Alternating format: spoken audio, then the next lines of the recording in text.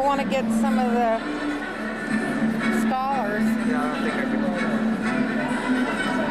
They're only coming in on that side over there, I guess. Aren't they? Are you going to give it back that way, Laura?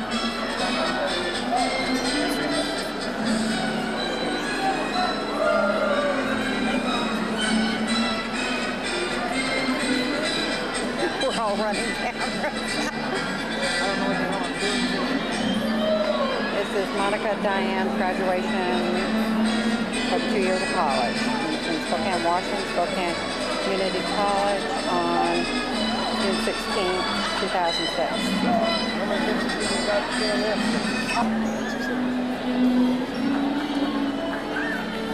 If I can see.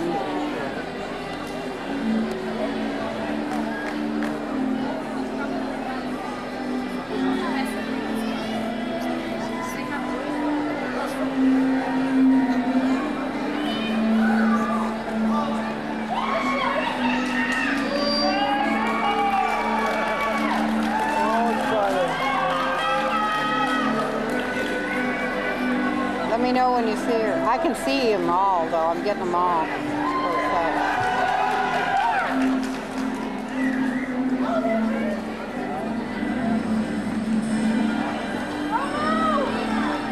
Oh, I guess she's right there.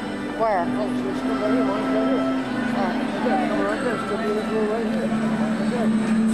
Oh, I got her. I got her. I got her. I got her. I got her.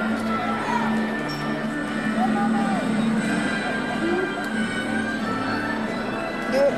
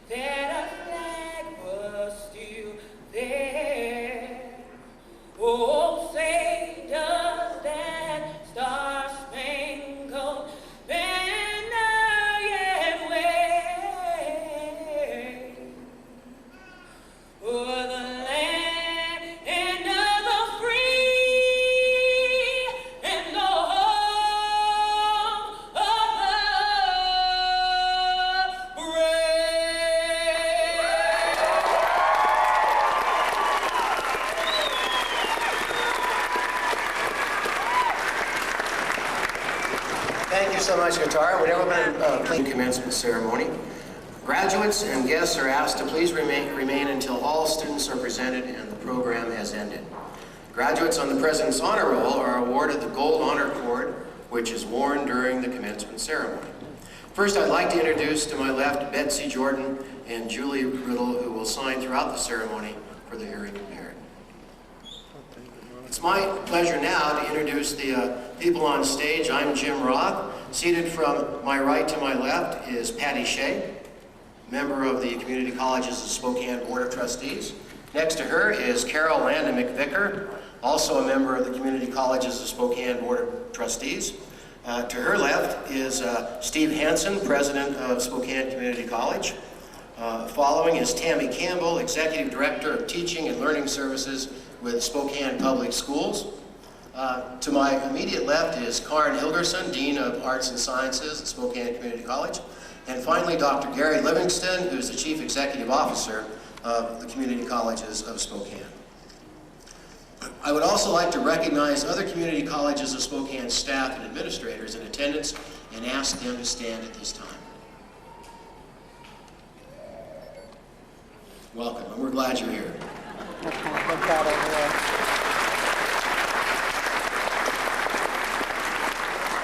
It's now my distinct pleasure to introduce the president of Spokane Community College, President Steve Hansen.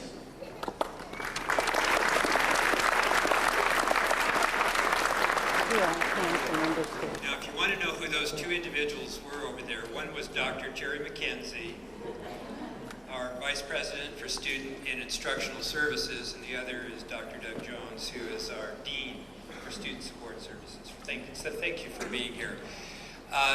It's an honor to welcome friends and family members and graduates tonight. This is absolutely the favorite time of the year for us. This is what it's all about as far as community college education is concerned. This is when we get to celebrate your success and honor you and recognize you for your accomplishments. We are very, very proud of what you've accomplished, and you'll hear that over and over again tonight, and it's genuine. People really do feel very, very proud of you. And we are very appreciative of the family and friends who have supported you over the years. Thank you to the faculty and staff for being here tonight. And I also want to recognize a very special person.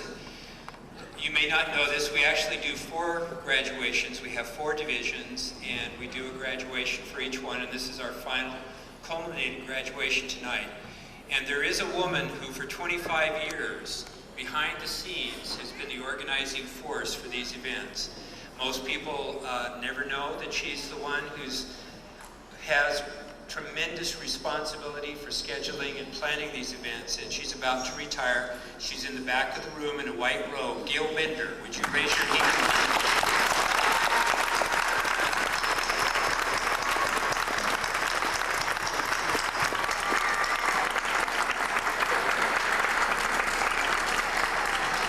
Thank you, Gail, for all that you've done for us. You are not going to be replaced. We'll find somebody and we'll do the best we can, but we can't replace you.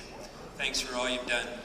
And my next assignment, it's my honor to introduce 2 of our board members, Carol Landa Mcvicker and Patty Shea.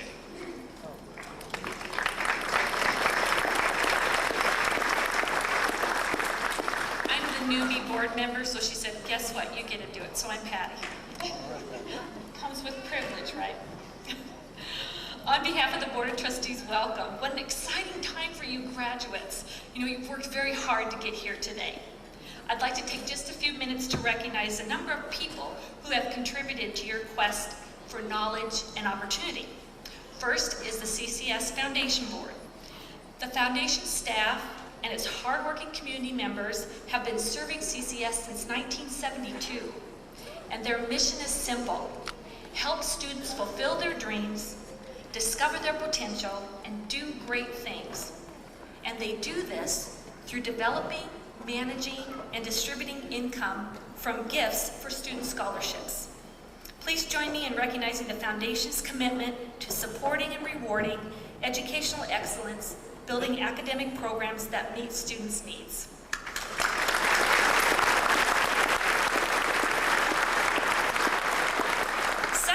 like to thank the administrators and staff who keep the doors open, the HVAC systems working, and that information entered into those computers so you can count on coming to school each day, even when you wish you didn't have to come on some of those days. So let's thank the administrators and staff.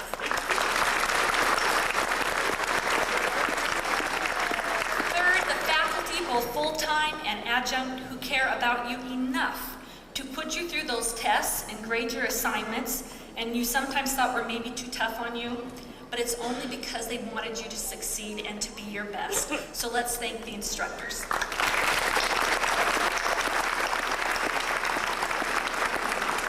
And to your family members and dear friends who have stood by you and contributed to you getting here, so thank you for believing in your son, daughter, granddaughter, nephew, friend. Let's thank our family members and dear friends.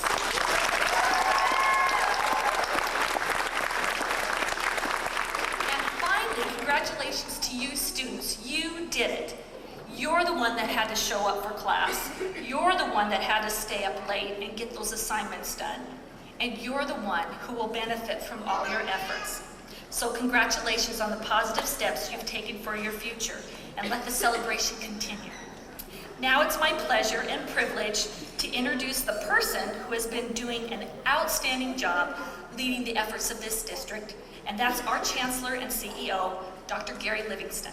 Thank you, Patty. It gives me pleasure to also welcome everyone, the graduates, of course, families and friends, and the faculty.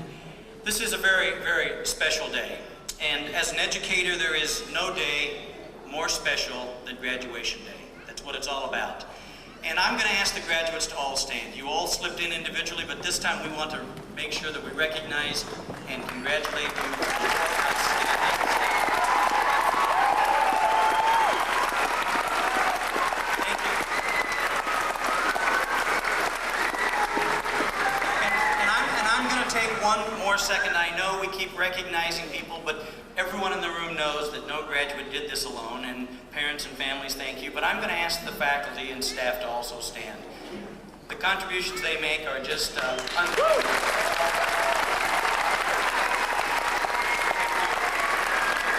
Great staff we have here.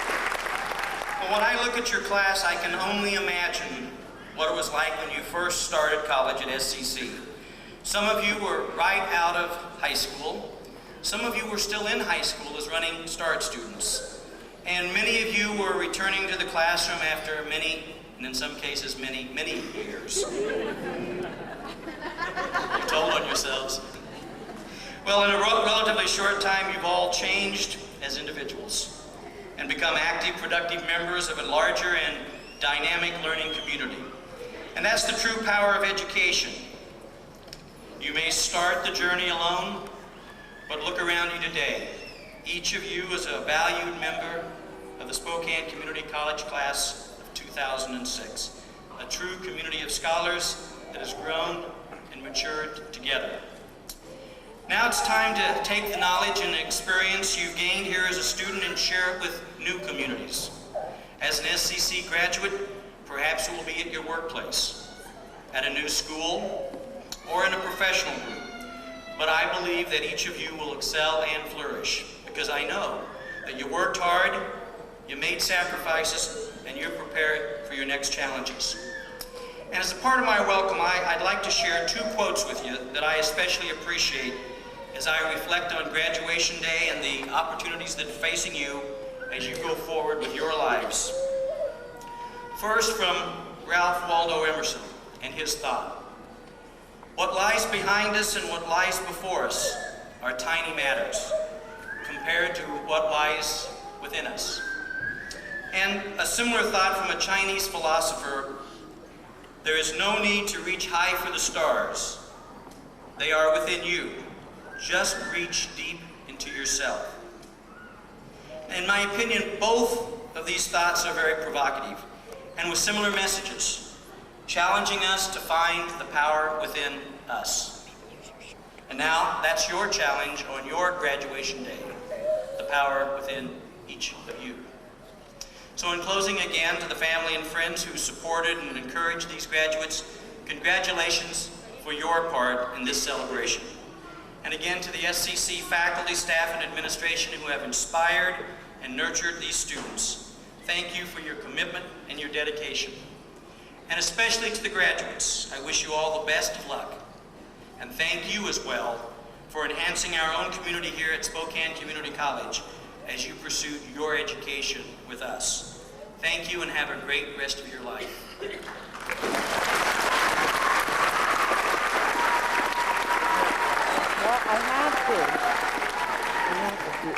We are blessed tonight to have as our commencement address speaker Tammy Campbell, who is the Executive Director of Teaching and Learning Services with the Spokane Public Schools. Tammy is a dedicated educator, an avid reader, and a merchant of hope. Please join me in giving her a warm welcome. Tammy.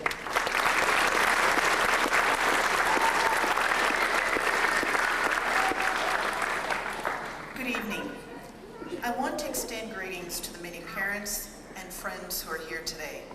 I also want to extend greetings to the Spokane Community Faculty, President Steve Hansen, Dean of Instruction Dr. Hilgerson, and the Chancellor Dr. Gary Livingston, as well as our trustees. I want to extend a special welcome, though, to our graduates who are celebrating the culmination of an educational path here. When Dr. Hilgerson asked me to speak, I must admit I was hesitant, because I don't have the gift of that just right humor mixed in with message. I only know how to speak to you from my heart. Saying that, I'm here to share my story in the hopes that it connects with each of your passions and purposes in life, in a way that the world we all share will be a better place for each of us, our children and our grandchildren. I want to provoke in you the need to be possessive of your hope. You see, hope is the eternal fuel that powers the engine of your talents and skills. When this engine is then focused in a direction that is in alignment with your beliefs, you have a purpose and a passion. As a young girl growing up in the Louisiana Delta in the segregated South, my ability to hold my hope required courage, a belief in myself, and a continual strength and stamina. I'm not here to provide answers. I'm going to pose questions that I hope resonate in your minds and provide the catalyst for the work you will do in your personal and professional lives. My experiences have been strongly shaped through the lens of race and poverty. For each of you in this room, you have a different lens, a different struggle. However, ultimately, our experiences speak to the human condition. And I hope my story talks to you about the power of having your passion and your career in alignment. I stand here today on this stage accompanied by some people, some giants, some dream killers. My grandfather, who had to look away as the young white 30-something owner of a farm where we chopped cotton, talked to him as if he were a child. I worked alongside my grandfather in the cotton fields at the early age of 8 to support my family.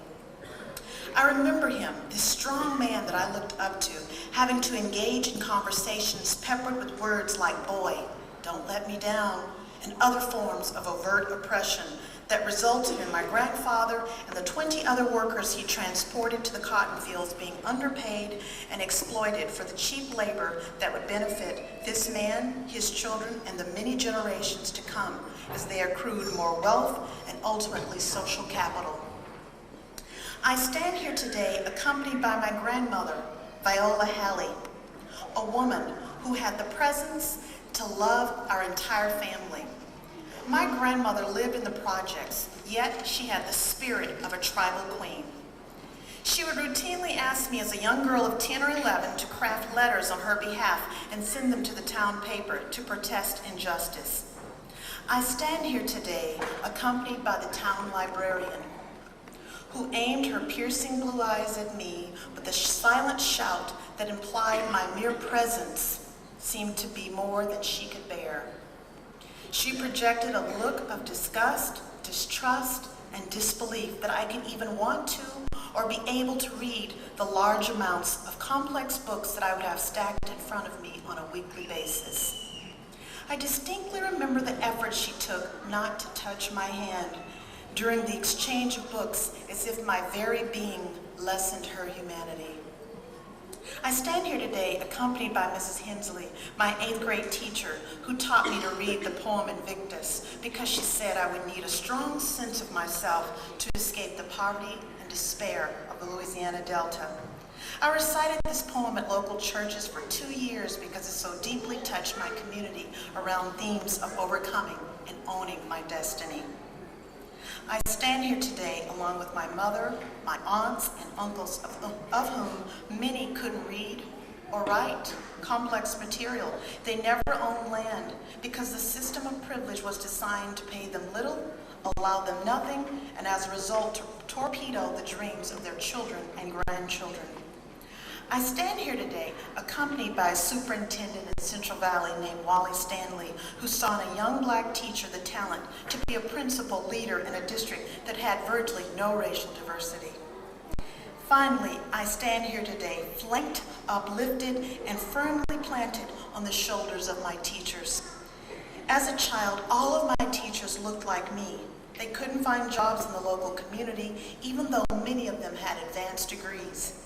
These teachers who worked with an all-black student body saw their work as a larger social responsibility to teach us in a way that we would have the competency, the confidence, and the skills that would allow us to move out of the town.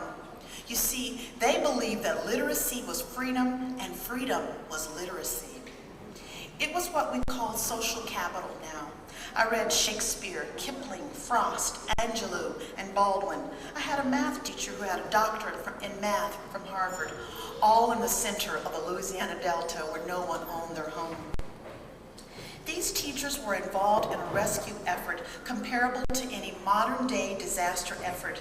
They wanted us to have a substantial place at the table of opportunity, a place by virtue of Jim Crow laws and policies that we had been denied. They wanted to create hope for the children whose futures to many seemed hopeless. You see, they were merchants of hope. It was because of these teachers that I went on to college and started what I thought would be my preparation for a career in medicine. However, after 3 years of study, I left college, married my husband Kyle, who was in the military. We had 2 children, Kylie and Shane. And it was during the time that I spent with my young children that brought me face to face with my passion, teaching. After all the great people I had known were teachers. And as I watched my son's face as I read to him or told him how smart he was, or how my daughter gained confidence in her skills and talents by the mere look of pride in my eyes, I knew that that was the moment of interaction. I knew what I wanted to do with the rest of my life. I wanted to teach. I wanted to inspire this hope and light in other children. It was at this moment that all of my experiences, my life in the Louisiana Delta, became fuel on the fire of my purpose in life. A purpose that boils down to this: how do I, Tammy Campbell, use my integrity, my courage, and my intellect to inspire greatness in others? With a real sense of vision for myself, I went on to gain my degree in education and began my career as a classroom teacher.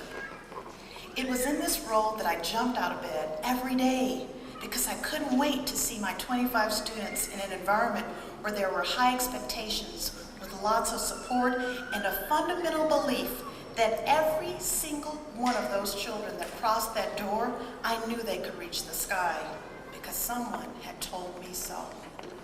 At the time, I was the only black teacher in the district. My students would frequently come back and say, "Thanks, Mrs. Campbell, for asking a lot of me. Thanks for believing in me.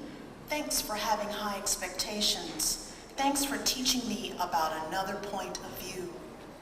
I would take the same philosophy and apply it as a math staff developer for the district. And while earning the respect of teachers throughout the district, I then took this philosophy to my role as principal. Within 2 years, our school went from being one of the lowest achieving schools to being among the top schools in the district. Currently, my work has moved beyond being a principal of a single school to supervising 11 schools for Spokane Public Schools.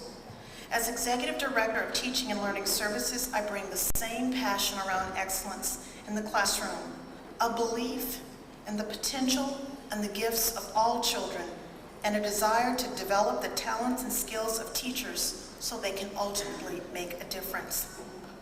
I tell you, graduates, that each and every one of you has a purpose.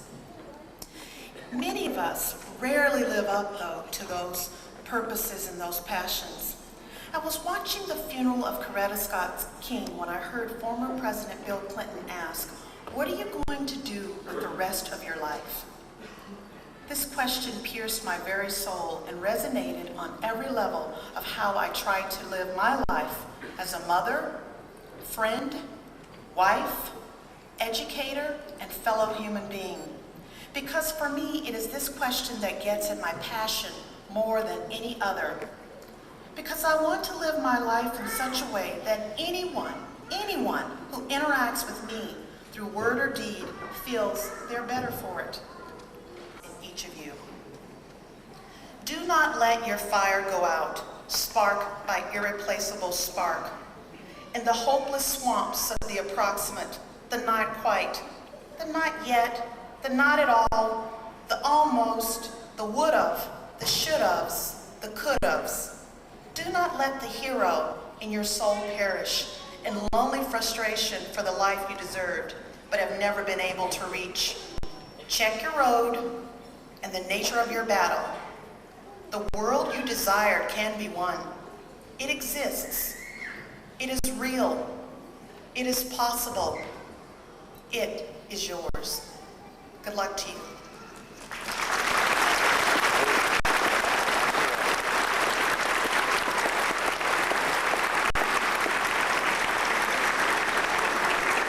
Tammy, that was wonderful. We thank you so much for spending the time with us tonight and giving us that message. One more hand for her, please.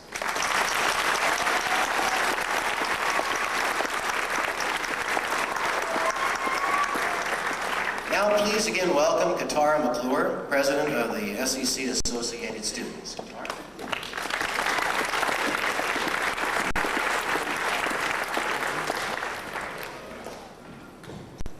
Thank you very much.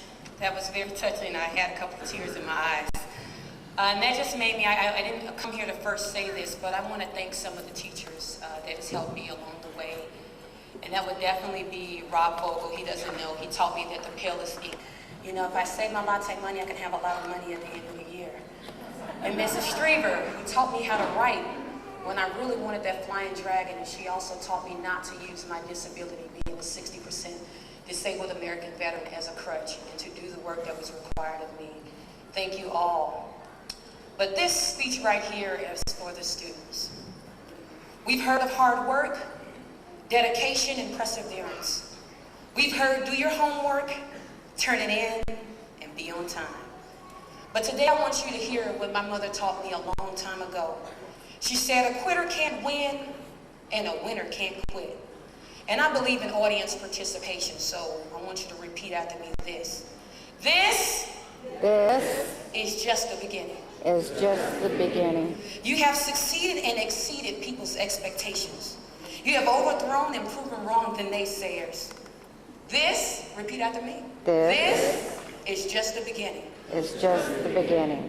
There has been some hard times, some monetary issues, some missed quarters, waiting lists, and definitely some child care issues.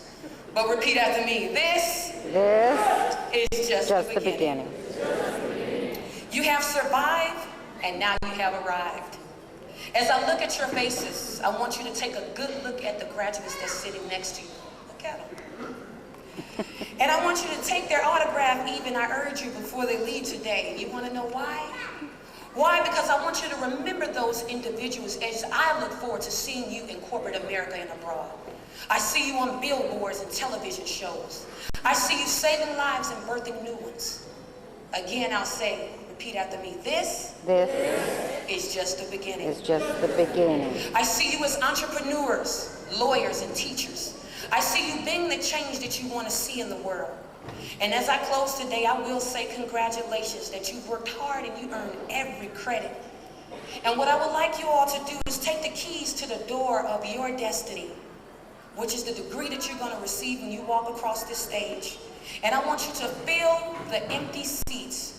Fill the empty seats at universities, businesses, and boardrooms. The reason why I can tell you this because I am a mother of four. I grew up in the south side of Chicago.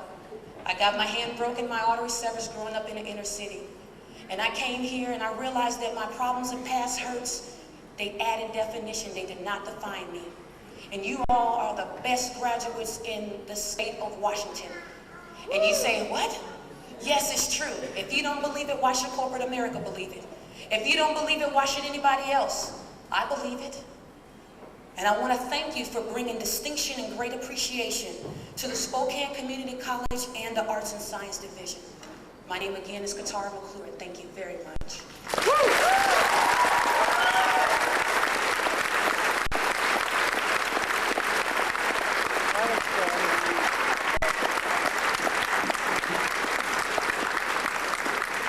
Thank you so very much, Katara. Please join me now in welcoming Gavin Tucker, Vice President of Phi Theta Kappa.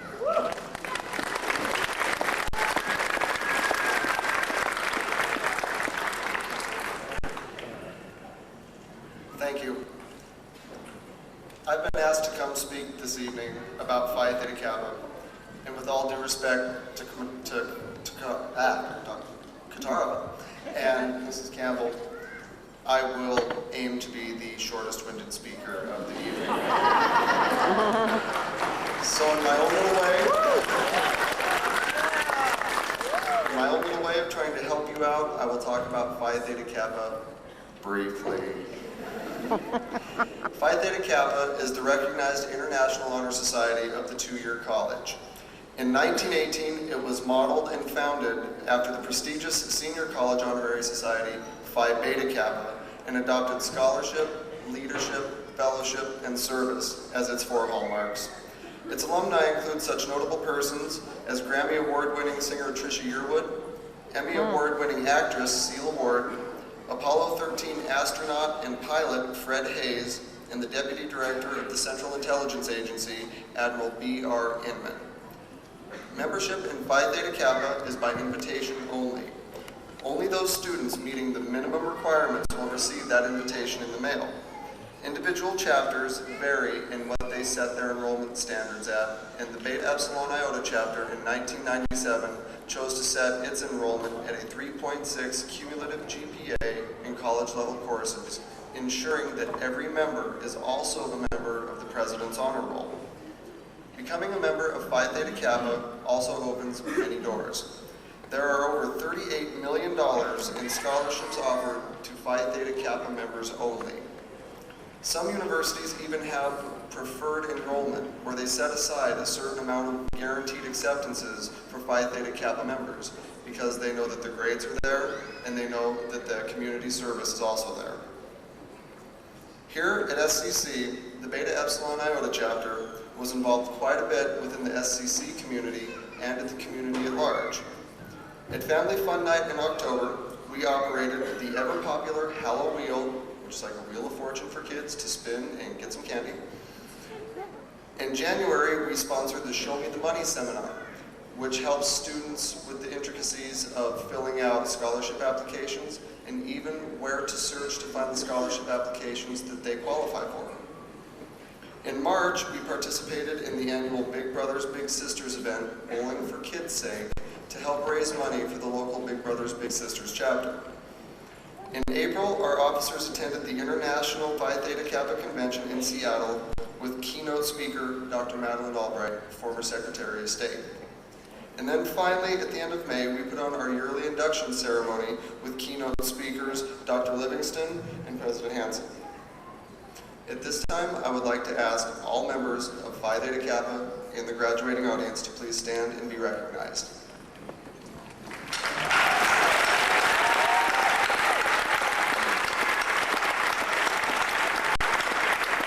Kappa on their decision to join.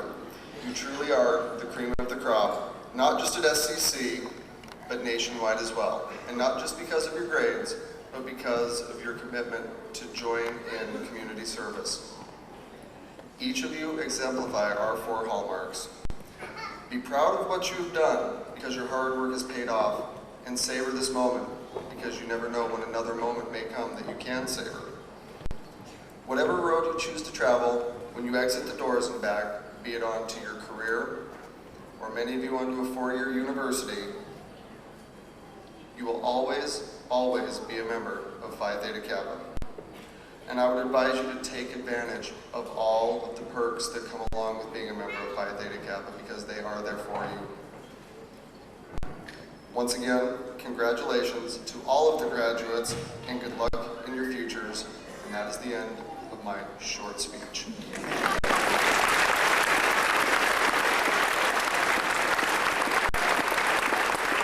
Thank you, Gavin. We're almost ready for the awarding of the degrees, but before that we have some special awards. And I would like to ask the following faculty to please come forward over to my left. Angela Rasmussen, Andrea Reed, Susan Dimmick, Stacy Kautko, Rob Vogel, and David Cole.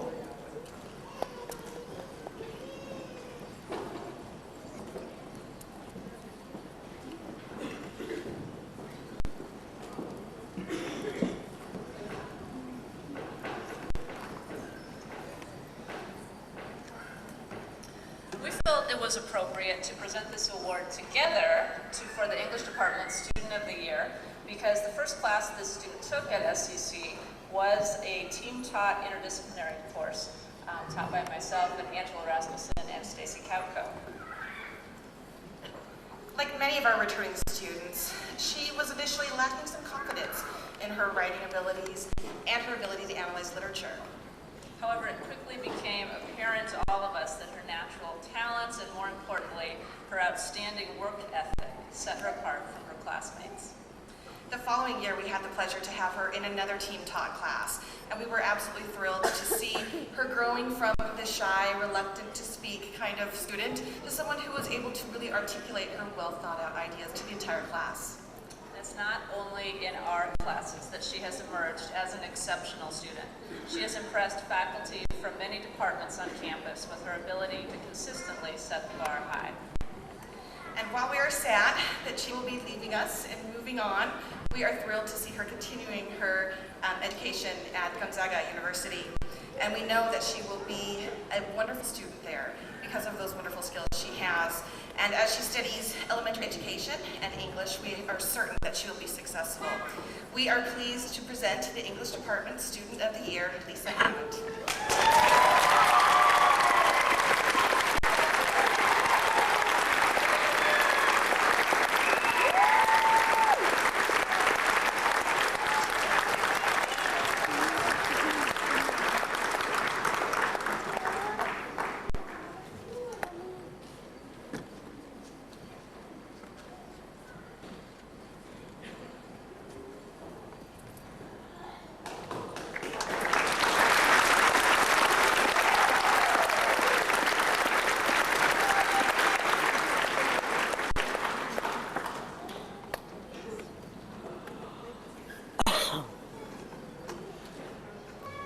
As chair of the Mathematics Department, I am honored to present this year's Outstanding Mathematics Student Award to our honoree, Ms. Heather Overstreet. Scott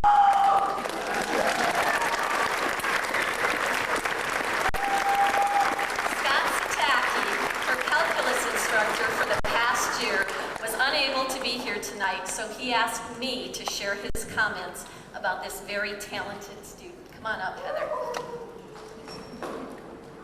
And these are Scott's words. Heather Overstreet is an amazing young woman. It has been a true pleasure to have her in class for the past 3 quarters in Calculus 1, 2, and 3. Heather works extremely hard with a quiet confidence that is something to be valued. Her soft-spoken personality belies a tenacity for learning that is rare.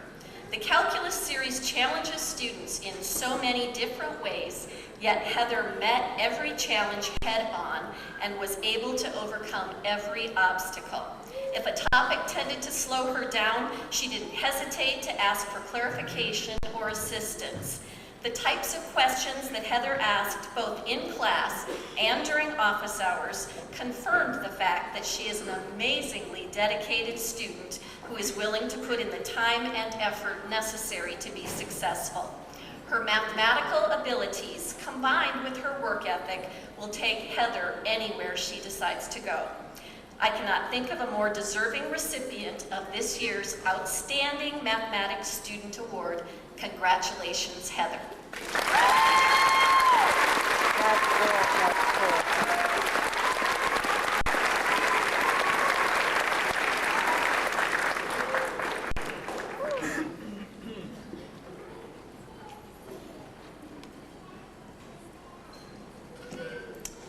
When presenting an award such as this, the most difficult task is to figure out a short, succinct, nutshell way of wrapping up years of academic excellence into 3 minutes. It won't be 3 minutes, it'll be more like 5. Bear with me.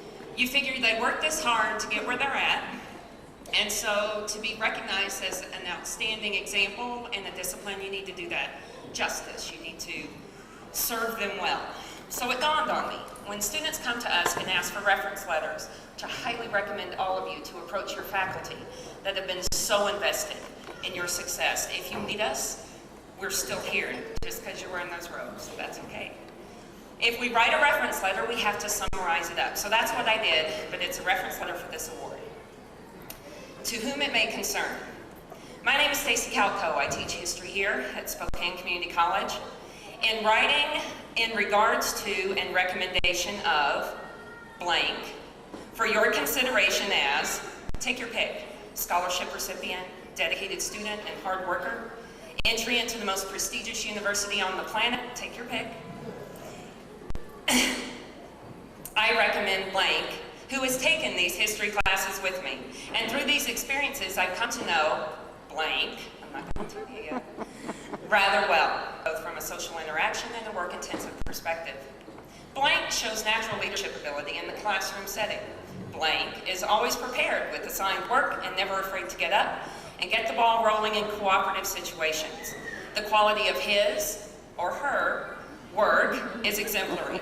Blank constantly demonstrates insightful ability to step out of her or his frame of reference.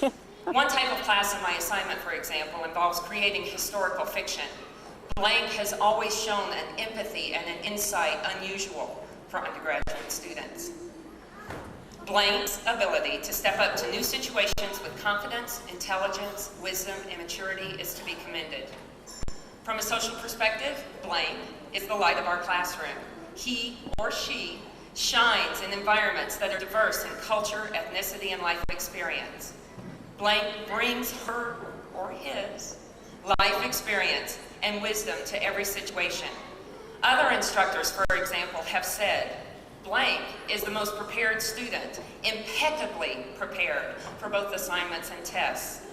This person has a creative, exploratory mind and a unique ability to differentiate between surface knowledge and fundamental wisdom. I do not hesitate to recommend Stephanie Strobing as our outstanding student in social sciences.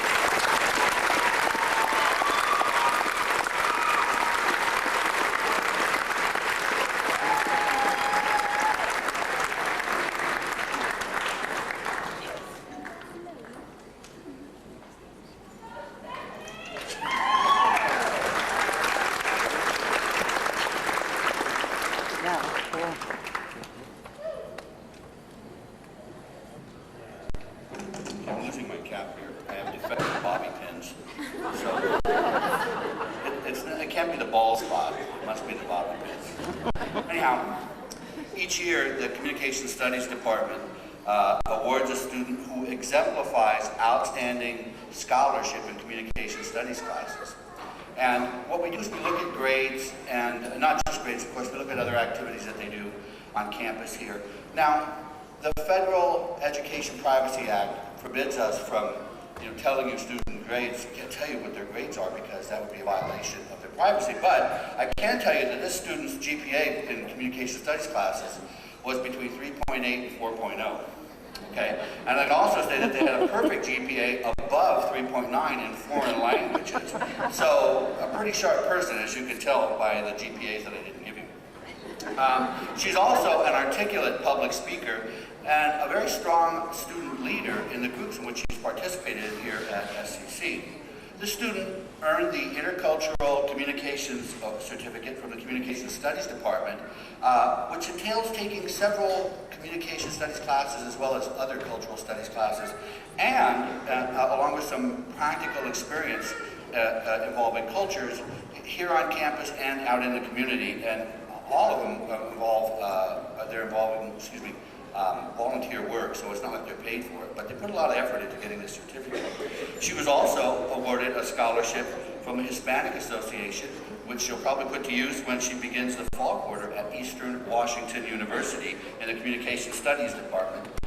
Clearly a stellar student, so tonight how about a gigantic round of applause for the outstanding Communication Studies student, Shernay Haskell.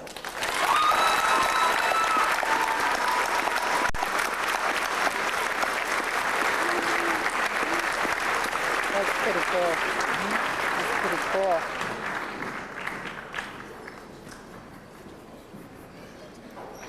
I'm running out of minutes. You're running out of minutes? I still got quite a bit. I got 6 left on my battery charge, so careful. Yeah. As the chair of the science department, I'm very proud to announce that we have chosen Tom Grossbeck to be the recipient of the Outstanding Science Student Award. Tom has an absolute interest in science and the natural environment, and he'll be transferring to Eastern Washington University as an environmental science major. Tom owns and runs 2 businesses, and he plans to use his degree to work in the environmental science and management field. At SCC, he has taken a wide range of our science classes, including all the geology courses, a series of chemistry courses, biology, botany, several physics courses, calculus, as well as classes from the SCC Natural Resources Department. He will be graduating with honors, and because of his diverse and dedicated interest in all the sciences, we're thrilled to award the 2006 Outstanding Science Student Award to Tom Grossbeck.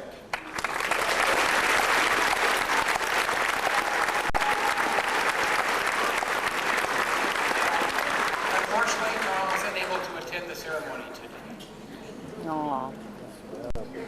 Yeah.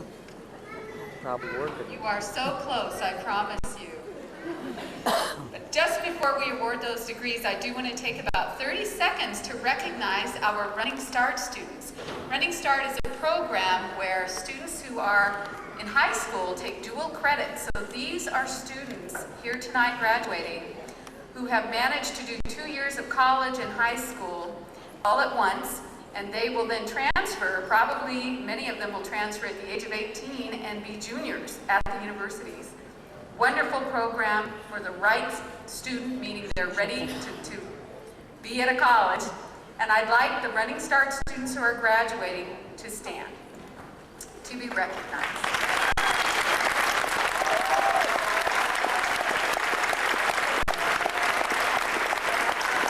Pretty cool. I have to say, my son will be joining the Running Start group next year, and all I have to do is buy his books, so it's a free program to the parents, and we're very excited about it. So thank you for being part of SCC. Graduates, please rise.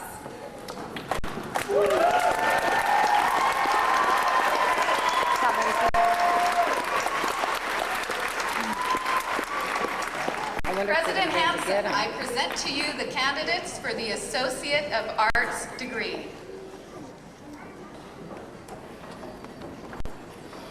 Jackie Elaine Adams.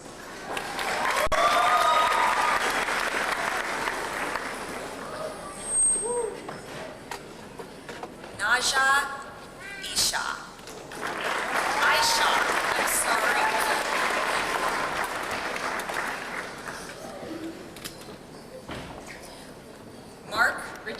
Andrews.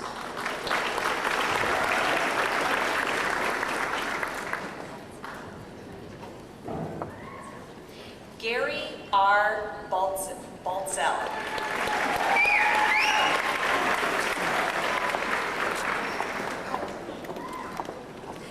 Lee Bowder.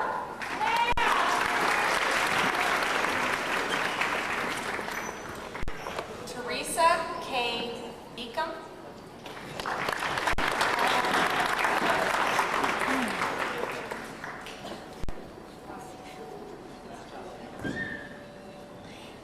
Athena A. Beamal.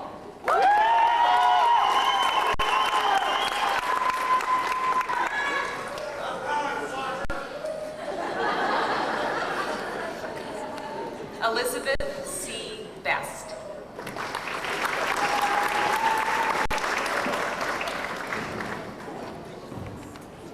Christina J. Bivens.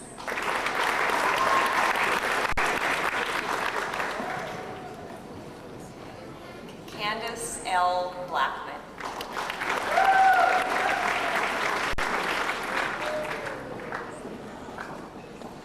Kathleen D. Blood.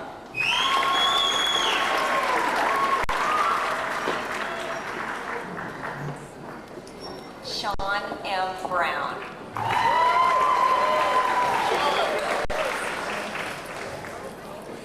Kelly C. Burns.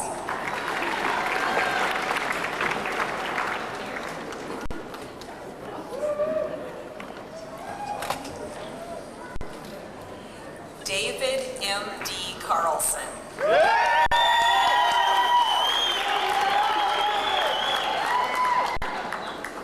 Joseph R. Carlson.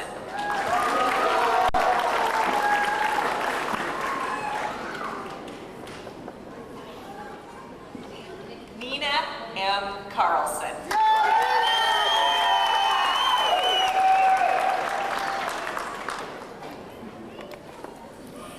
Alexander V. Chair Caution.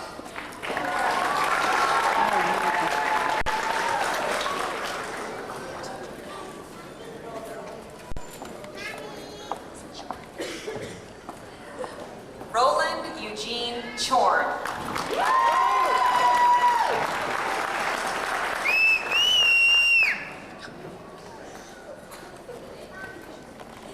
Brandy M. Christian.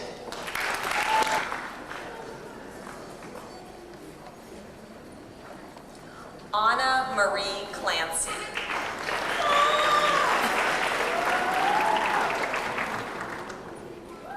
Stephanie Lynn Colombo.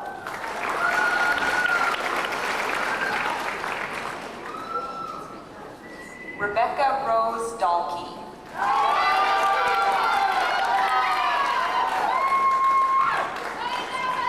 Holly S. Dempson.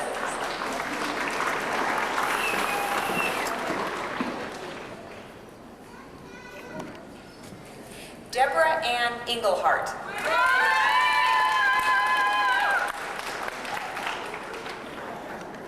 Christopher Eugene Finnegan.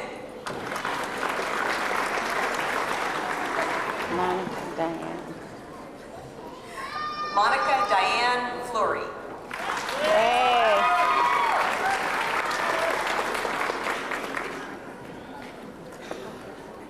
Heather Naomi Ford.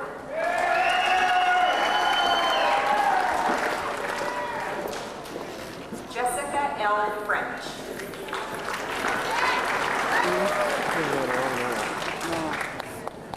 Patricia Ann Gobin. William Spencer Hackney.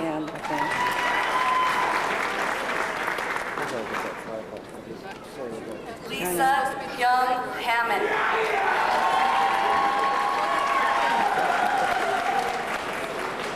Christina M. Harris.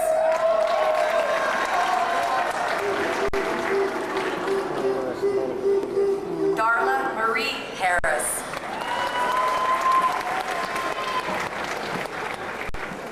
Shernay Marie Haskell.